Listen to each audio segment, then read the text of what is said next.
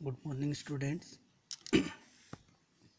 आज हम नर जनन तंत्र के बारे में थोड़ा जानकारी लेंगे। अगर हम मेल रिप्रोडक्शन पार्ट की बात करें तो जो नर जनन तंत्र है वह शरीर के श्रोणि क्षेत्र में स्थित होता है। इसमें एक जोड़ी वृषण, सहायक नलिकाएं और ग्रंथियां और बाह्य जो जनन इंद्रियां होती हैं वह मिलती हैं।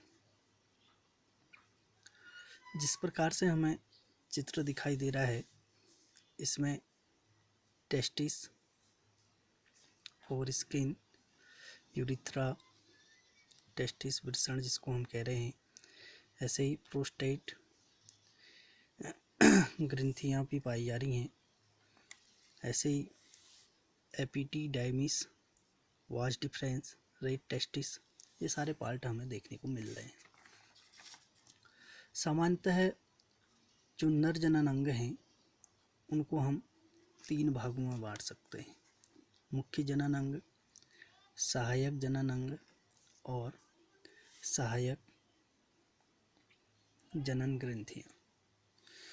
जो टेस्टिस है अर्थात जिसको हम वृषण कह रहे हैं, ये हमेशा मुख्य जनन अंग का कार्य करता है। और जो इधर लगा हुआ एपिडिडाइमिस है, ये सहायक जनन अंग का कार्य करता है। और ऐसे ही सेमिनल वेसिल्स, प्रोस्टेट और वल्बो यूरिथ्रल ग्लैंड जो है, ये सहायक जनन ग्रंथियों का कार्य करते हैं। अर्थात ये तीन हो जाएंगे सहायक जनन ग्रंथियां। और जो टेस्टिस है अर्थात जिसको हम वृषण कह रहे हैं, यह मुख्य जनन अंग। और जबकि जो एपिडिडाइमिस है जिसको हम अधिवृषण कहते हैं, ये सहायक जनन अंग का कार्य करेगा अर्थात एपिडिडाइमिस। तो पहले हम बात कर रहे हैं मुख्य जनन अंग की। यही मैंने बताया कि मुख्य जो जनन अंग है वह टेस्टिस है अर्थात वृषण है। इसमें वृषण कोश आएगा पहला, स्क्रोटम। ये जो पूरा थैला दिख रहा है हमें, ये जो पूरा थैला है यह वृषण कोश है। तो यह कहोगे कि त्वचा की बनी हुई थैली होती है और इसमें जो टेस्टिस है अर्थात वृषण है वह बंद रहता है। जो वृषण कोश है ये 3 भित्तियों से मिलकर बना होगा।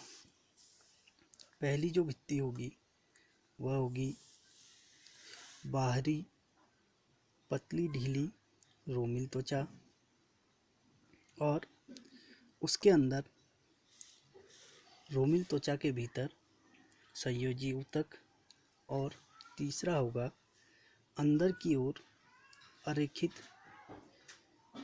पेशीय तंतु जिसको हम डार्टोस कह देते हैं। तो वृषण कोश की अगर हम बात करें तो जो वृषण कोश की गुहा होगी वह 2 भागों में बटी होगी। प्रत्येक भाग में एक वृषण होगा और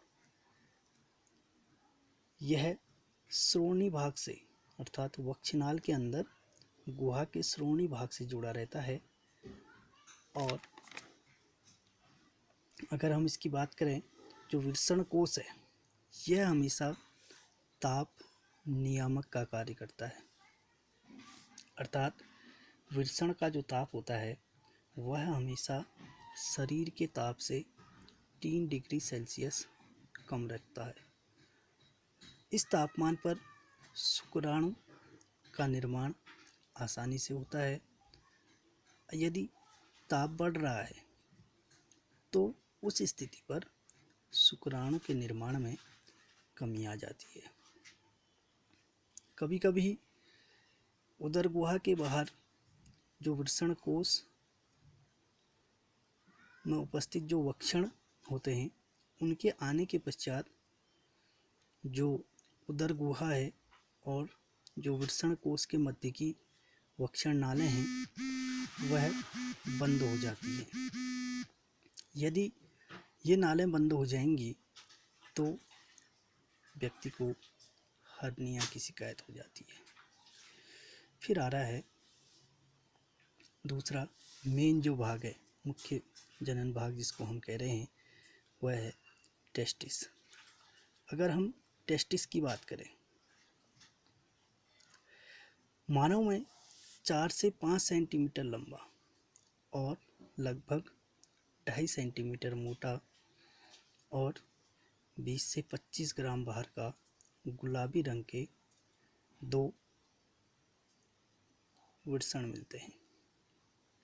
वृषण का जो बाह्य आवरण है वह एक मोटा द्विस्तरीय वृषण खोल का होता है और जो बाह्य पतला आवरण होगा उसको हम ट्यूनिका वाइजाइनलिस कहते हैं और वृषण जो खोल होगा उसके भीतर जो मोटा स्तर होता है उसको हम ट्यूनिका एल्बुगिनिया कहते हैं।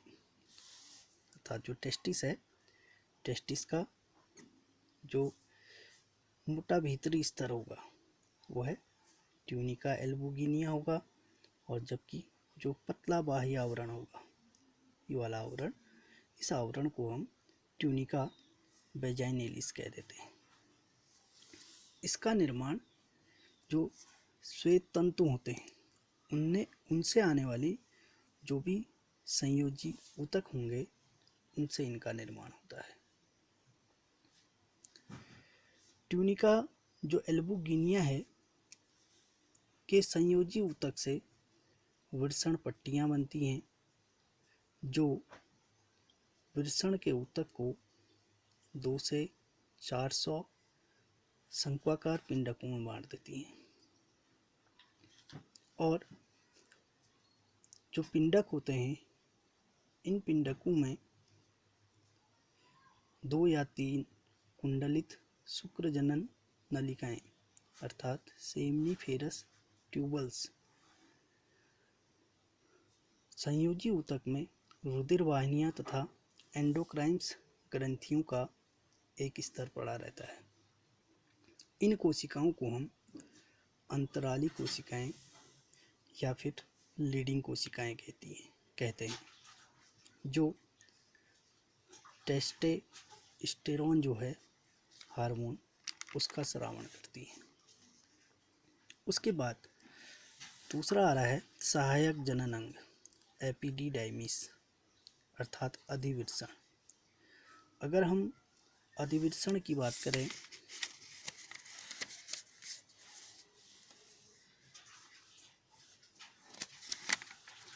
ये वाला पूरा पार्ट है, पूरा पार्ट एपिडिडाइमिस अर्थात सहायक जनन अंग। अगर इसका पूरा स्ट्रक्चर देखें तो इस प्रकार का वृषण जो है उसकी खड़ी काट का चित्र दिखाई देगा हमें। अगर हम अधिवृषण की बात करें तो जो अधिवृषण है वह लगभग 6 सेंटीमीटर लंबा नलिका से बना और अतिकुंडलित 4 सेंटीमीटर चपटा कोमा के आकार की संरचना होती है। ये एक प्रकार से कोमा का आकार बना रहा है। जो विषण के अगले, पिछले व बाहरी किनारों से चिपका होगा। जो अधिवृषण है इसके 3 भाग होंगे, शीर्ष भाग, कैपुट, एपिडिडाइमिस, ये वाला जो शीर्ष भाग है ये कहलाएगा कैपुट एपिडिडाइमिस अर्थात शीर्ष भाग। इसमें जो नलिकाएं होंगी वो बहुत ज़्यादा कुंडलित रहती हैं। दूसरा मध्य भाग, ये पूरा भाग, यह जो मध्य भाग होगा जिसको हम कॉर्पस एपिडिडाइमिस कहते हैं, यह भाग बहुत सकरा होगा। और अंत में कॉडा एपिडिडाइमिस अर्थात जो पिछला भाग है, ये निचला स्तर, ये कॉडा एपिडिडाइमिस कहलाता है। इससे बाहर की ओर जो लचीले पेशीय तंतु होंगे वह लगे रहते हैं और वृषण कोश की भित्ति से जुड़े रहते हैं, जिनको हम गुबार नेकुलम कह देते हैं। बहुत बार हमसे अधिवृषण क्या है और इसके कार्य के बारे में पूछता है। अगर अधिवृषण के कार्य की बात करें अर्थात वर्क फंक्शन ऑफ एपिडिडाइमिस देखें तो इसके बहुत सारे कार्य हैं। पहला हम कह देंगे कि यह जो वृषण है, वृषण से जो शुक्रवाहिनियाँ हैं उनमें शुक्राणुओं को पहुंचाने के लिए मार्ग प्रदान करता है और जो स्खलन से पूर्व शुक्राणुओं को संचित करके पोषण प्रदान करता है, या फिर हम ये भी कह सकते हैं कि जो शुक्राणु हैं उनका पोषण एपिडिडाइमिस में ही होता है। और इस भाग में जो शुक्राणु होते हैं वह 1 माह तक संचित रहते हैं। फिर तीसरा कार्य हम कह सकते हैं कि जब निषेचन के लिए जो शुक्राणु हैं उनका परिपक्वन भी एपिडिडाइमिस में ही होता है। अर्थात जब निषेचन हो रहा होगा तो निषेचन के लिए जो शुक्राणु हैं उनका परिपक्वन स्थल भी हम एपिडिडाइमिस को ही कह सकते हैं। ये थे एपिडिडाइमिस के कार्य। उसके बाद चौथा आता है शुक्रजनन नलिकाएं, सेमनीफेरस ट्यूबल्स।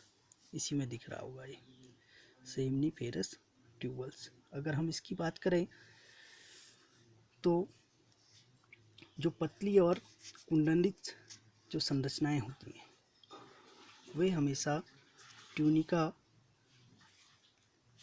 प्रोपिया से ढकी रहती है। इनका जो भीतरी स्तर होगा वह शुक्रजनन कोशिकाओं और अवलंबन कोशिकाओं से मिलकर बना होता है। पहले हम बात कर रहे हैं शुक्रजनन कोशिकाएं कि होती क्या हैं शुक्रजनन कोशिकाएं। ये जो कोशिकाएं होंगी, ये कोशिकाएं अर्धसूत्री जब विभाजन होगा तो उसके बाद शुक्राणु बनाती हैं और इस क्रिया को हम शुक्रजनन कह देते हैं। दूसरा आ रहा है अवलंबन कोशिकाएं या फिर सर्टोली कोशिकाएं। बहुत बार हमसे पूछता है कि सर्टोली कोशिकाओं के कार्य लिखिए, या पूछेगा सर्टोली कोशिकाएं क्या होती हैं, इनके कार्य लिखिए, या अवलंबन कोशिकाएं क्या होती हैं, इनके कार्य लिखिए। तो जो सर्टोली कोशिकाएं होती हैं, अगर हम सर्टोली कोशिकाओं की बात करें तो लंबी और स्तंभाकार जो कोशिकाएं होती हैं, जो स्वतंत्र रूप से जिनकी जो सतह होगी वह कटी फटी होती है और इसमें जो स्पर्मेटिड्स होंगे वो चिपक जाते हैं।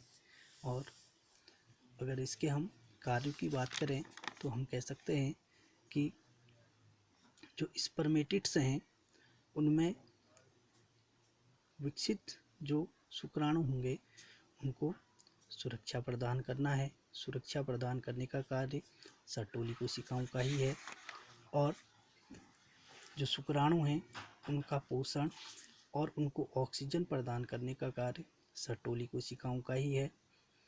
और जो स्पर्मेटिड्स हैं उसमें जो कोशिका द्रव्य होगा या फिर उसके अतिरिक्त जो भी मात्रा उसमें पाई जाएगी उनका धीरे धीरे करके विघटन करने का कार्य इसका ही है। और इसका जो प्रमुख कार्य है, हम जो हमारी इन्हिबिन प्रोटीन हार्मोन का स्रावण होता है जो शुक्राणु उत्पादन को प्रेरित करता है, अर्थात शुक्राणु उत्पादन को प्रेरित करने वाला जो हार्मोन है इन्हिबिन प्रोटीन हार्मोन, उसका स्रावण भी यहीं पर होता है। उसके बाद आता है, बात कर रहे हैं हम रेट टेस्टिस की, अर्थात वृषण जालक की। जो रेट टेस्टिस है, ये वाला पार्ट है रेट टेस्टिस, जिसको हम वृषण जालक कह रहे हैं। वृषण की जो खड़ी काट है उसमें अतिकुंडलित शुक्रजनन नलिकाएं जो वृषण के बाह्य सतह से भीतरी सतह के जो मध्य भाग होगा वहाँ तक फैली हुई दिखाई देती हैं। और जो नलिकाएं होंगी उनके अंतिम भाग में एक घने जाल में खुलते हैं जिसको हम वृषण जालक कहते हैं। इस जालक में 15 से 20 पतली सम्मिलित नलिकाएं लगी होती हैं जिनको हम वास इफर्निया अर्थात अपवाहक, ये दिख रहा होगा वास इफर्निया, इनको हम अपवाहक नलिकाएं या शुक्रवाहिकाएं कह देते हैं। ये सभी वृषण की भीतरी सतह पर पहुंचकर अधिवृषण में ही खुलती है। अब बात कर रहे हैं हम वास इफर्निया या वैसा इफर्निया अर्थात शुक्रवाहिनी। हम बात कर रहे हैं वास डिफरेंस अर्थात शुक्रवाहिनी की। जो अधिवृषण था, अधिवृषण से जो पिछला भाग है और उससे लगी हुई जो लंबी आंशिक रूप से जो कुंडलित नलिका होती है जो वक्षण गुहा से उदर गुहा में आती है, वक्षण गुहा से उदर गुहा में आ रही है और मूत्राशय के जो मूत्राशय है के ऊपर से होती हुई निकल रही है। जो यूरिटर है मूत्राशय के ठीक ऊपर से होते हुए निकल रही है और शुक्राशय के साथ मिलकर स्खलन वाहिनी बनाती है जो शुक्राणु को अस्थायी रूप से संग्रह करने के लिए एक एम्फुला का निर्माण करती है। उसके बाद बात कर रहे हैं हम स्खलन वाहिनी। स्खलन वाहिनी की अगर बात करें तो यह 2 सेंटीमीटर लंबी पतली भित्ति से बनी एक वाहिनी होगी और दोनों ओर की जो प्रोस्टेट ग्लैंड हैं उनसे मिलकर यह यूरिथ्रा में अर्थात मूत्र मार्ग में खुलती है। यूरिथ्रा की बात करें अर्थात मूत्र मार्ग की बात करें तो यह मूत्राशय से निकलकर स्खलन वाहिनी से मिलकर मूत्रजनन नलिका का निर्माण करती है जिसमें से होकर मूत्र, शुक्राणु तथा जो शुक्राशय हैं प्रोस्टेट व काउपर्स ग्रंथियों के स्राव बाहर निकलती हैं और इसके 3 भाग होंगे, प्रोस्टेटिक यूरिथ्रा, मेम्ब्रेनस यूरिथ्रा और सिस्निस यूरिथ्रा। अंतिम अंग इसका आ रहा है पेनिस, ग्लांस पेनिस जो कह रहे हैं, सिस्न जिसको हम कह रहे हैं। ये जो है एक बेलनाकार मैथुनांग है और ये भी 3 भागों से मिलकर बना हुआ, शिश्नमूल, शिश्नकाय और शिश्नमुंड। उसके बाद बात कर रहे हैं तीसरा जो पार्ट आ रहा है सहायक जनन ग्रंथियाँ। इस स्ट्रक्चर को देखें तो ये पुरुष में जो यूरिथ्रा है उससे संबंधित जो भी संरचनाएं हैं अर्थात जो ग्रंथियां हैं इसमें हमें स्पष्ट देखने को मिल सकती हैं। पहले हम बात कर रहे हैं ग्रंथियों में। मैंने बताया था अभी थोड़ी देर पहले कि 3 प्रकार की जो ग्रंथियां हैं उससे पहला आ रहा है प्रोस्टेट ग्लैंड। प्रोस्टेट अगर ग्लैंड की बात करें तो ये एक जोड़ी ग्रंथियां होती हैं जो वाहिनी द्वारा यूरिथ्रा में खुलती हैं। इनका स्राव वीर्य का लगभग 25 से 30% भाग बनाता है और यह हल्का अम्लीय द्रव है जो शुक्राणु को सक्रिय बनाता है। 40 से 50 वर्ष की आयु में, या ये कह सकते हो कि 50 से ऊपर की जो आयु होती है, कभी कभी उस आयु में जो प्रोस्टेट ग्रंथि होती है वह फूल जाती है और फूल करके बड़ी हो जाती है, जिससे जो मूत्र मार्ग होता है उस पर दबाव पड़ना शुरू हो जाता है और मूत्र त्याग करने में बाधाएं आने लगती हैं। उसके बाद हम बात कर रहे हैं दूसरा जो है,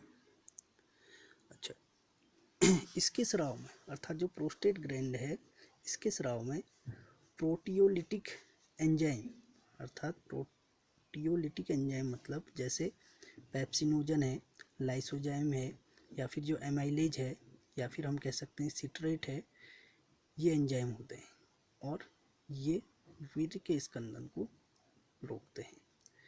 दूसरा आता है काउपर्स ग्रंथियाँ। अगर हम काउपर्स ग्रंथियों की बात करें तो कह सकते हो कि जो प्रोस्टेट ग्लैंड थी ठीक उसके पीछे एक जोड़ी ग्रंथि पाई जाती है और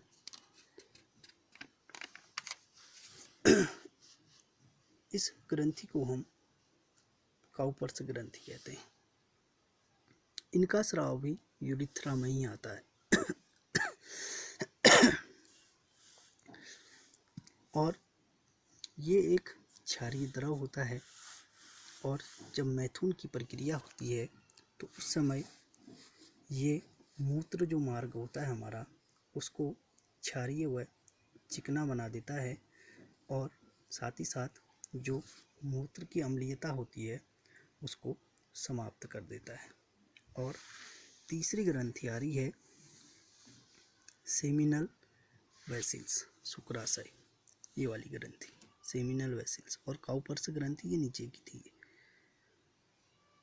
ये वाली ग्लैंड। तीसरी ग्लैंड आ रही है सेमिनल वेसिल्स, जो मूत्राशय है, मूत्राशय के पीछे स्थित जो क्षारीय शुक्रिय द्रव का स्राव करती है और साथ ही साथ यह वीर्य का लगभग 80% भाग बनाती है। ये 3 ग्रंथियाँ थी। उसके बाद बात कर रहे हैं अंतिम चरण होगा इसका वीर्य। जो वीर्य होगा यह शुक्राणु तथा सहायक जो लैंगिक ग्रंथियाँ हैं उनको तरल मिश्रण देती है और इसके जो कार्य होंगे वो निम्नलिखित होंगे वीर्य के। पहला हो गए कि जो स्त्री है, स्त्री की योनि में शुक्राणु के पहुंचने के लिए एक तरल माध्यम को यह बनाती है, साथ ही साथ शुक्राणु का पोषण करती है और इनका जो पीएच होता है वह 7.3 से लेकर के 7.5 के बीच में होता है, जिसके कारण जो नर की यूरिथ्रा है और जो मादा की योनि है उसकी अम्लीयता को यह दूर करने का कार्य करता है। नेक्स्ट टॉपिक हम स्त्री जनन तंत्र की बात करेंगे अगले